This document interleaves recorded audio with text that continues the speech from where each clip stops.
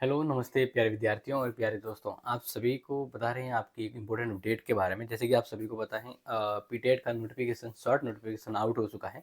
तो इसी के बारे में मैं आपको बताने जा रहा हूँ और इसके संबंध में जैसे योग्यता है, कौन फॉर्म भर सकता है, कितनी परसेंट पे भर सकता है, एंड देन बात करते हैं कि इसका एग्ज़ाम पैटर्न क्या होने वाला है। तो एक शॉर्ट में जल्दी से फटाफट से देख लेते हैं। तो देखिए, आप सभी को पता होगा ये नोटिफिकेशन जो है वो आज की डेट में ही शॉर्ट नोटिफिकेशन आउट हुआ है। अब इसकी अगर बात करें तो पीटेट को लेकर, ठीक है ना, पीटीईटी बोलते हैं। तो पीटेट 2025। अब इसके लिए जैसे आप एक तो 2 साल के यानी 2 ईयर बीएड है वो कर सकते हैं। और इस पीटेट का एग्ज़ाम में 4 ईयर बीए या बीएससी बीएड ये आपके साथ में होएगा, ठीक है। तो अब इसके लिए फॉर्म है वो शुरू हुए हैं आज। अब यहाँ पर बता देते हैं फॉर्म है यानी एग्जाम, क्योंकि आपको पहले एंट्रेंस एग्जाम देना होगा ना। तो एग्जाम फॉर्म जो है वो जैसे कि आप सभी को पता है 5/3 यानी आज से, ठीक है ना, यानी 5 मार्च से फॉर्म स्टार्ट। और ये जो फॉर्म है वो आपके लगभग 1 महीने का गैप यहाँ पर जो रहता है, यानी एग्जाम फॉर्म जो लास्ट आप भर सकते हैं, लास्ट डेट वो है आपकी 7 अप्रैल। 7 अप्रैल तक आप ये फॉर्म भर सकते हैं।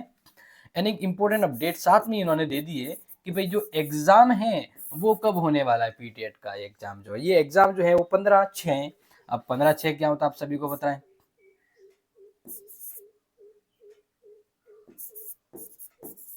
जून, 15 जून को पीटेट का एग्जाम है, ठीक है।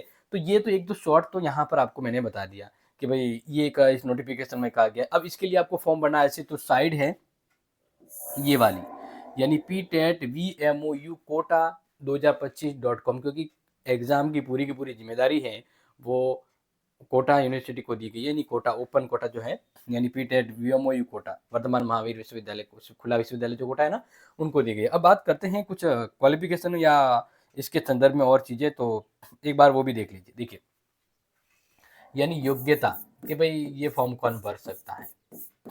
योग्यता की बात करें, अगर आप बीएड कर रहे हैं, ओनली बीएड मतलब 2 ईयर, 2 साल की अगर बीएड कर रहे हैं तो इसके लिए आपके फाइनल होनी चाहिए। फाइनल यानी जैसे बीए, बीकॉम, बीएससी ये फाइनल होना चाहिए, ठीक है। और इसी के साथ आपको 50% होना जरूरी है। फाइनल में कितने परसेंट होना जरूरी है? 50% होना जरूरी है। ये ध्यान रखना, ये ज़्यादा इंपॉर्टेंट चीज़ है जो यहाँ पर आपको मैं बता रहा हूँ। अब इसके अलावा जैसे मान लीजिए SC ST जो है या जो कैटेगरी वाइज जो आ रहे हैं, उनके 45% पर भी वो एलिजिबल है, लेकिन ये स्टार में कहूँगा। क्लियर? इसके अलावा बात करते हैं, अगर कोई 4 ईयर करना चाहता है, 4 ईयर बीए या बीएससी बीएड का फॉर्म भरना चाह रहा है, यानी ये करना चाह रहा है, ठीक है ना। तो इसके लिए क्वालिफिकेशन क्या कहा गया? 12th पास होना चाहिए। लेकिन ये 12th पास जो होना चाहिए ना, इसकी भी ध्यान रखना कि इसके अंदर कहा गया है कि 12th पास में उनको जो स्टूडेंट जो है उनको 50% होना जरूरी है, ठीक है ना। यानी कितने परसेंट होना जरूरी है?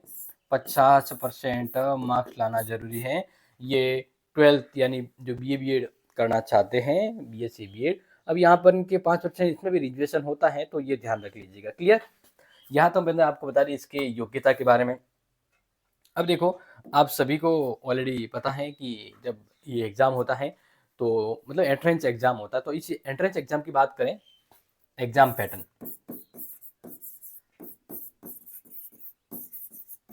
एग्जाम पैटर्न, तो एग्जाम पैटर्न आप सभी को पता है।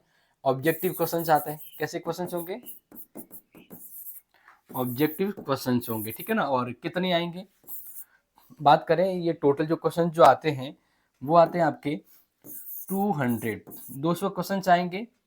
और पर क्वेश्चन आपके 3 नंबर का होता है। इस तरह से आपका ये जो एग्जाम है वो 600 अंक का होगा। कितने अंक का होगा? 600 अंक का, ठीक है। ये बहुत ही इंपॉर्टेंट है। और देखो दूसरी यहाँ पर मैं अगर बात करूँ आपको इसके लिए जो जरूरी है, देन इनको अच्छे से ध्यान रखें। तो इसका जो एग्जाम होगा एग्जाम पेपर, ठीक है। एग्जाम पेपर है वो 4 खंड में होता है। कितने खंड में होता है? 4 खंड में होता है। डेफिनेटली यहाँ पर मैं आपको बता देता हूँ, जो अच्छे से नोट कर लीजिएगा। जिसके अंदर पहली जो इंपॉर्टेंट चीज होती है मानसिक योग्यता। मानसिक योग्यता यानी रीजनिंग। कहने का मतलब है रीजनिंग, ठीक है, रीजनिंग होती है। दूसरी, जैसे यहाँ पर बात करें आपके इस एग्जाम के अंतर्गत, तो शिक्षण दृष्टिकोण है वो भी आता है, यानी शिक्षण एप्टीट्यूड।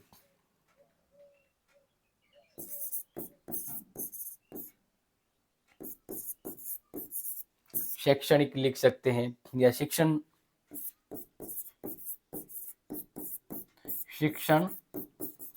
अभिक्षमता, ठीक है ना, तो ये इसमें रहता है। और तीसरा इस खंड की अगर बात करें, इसमें और जो रहने वाला है उसमें जैसे देखा जाए तो सामान्यतः ये है कि जीके आता है। क्या आता है? जीके।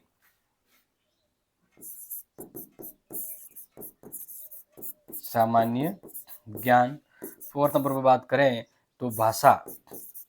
भाषा से जुड़े, भाषा मतलब हिंदी और अंग्रेजी, ठीक है ना, इनके प्रश्न आते हैं।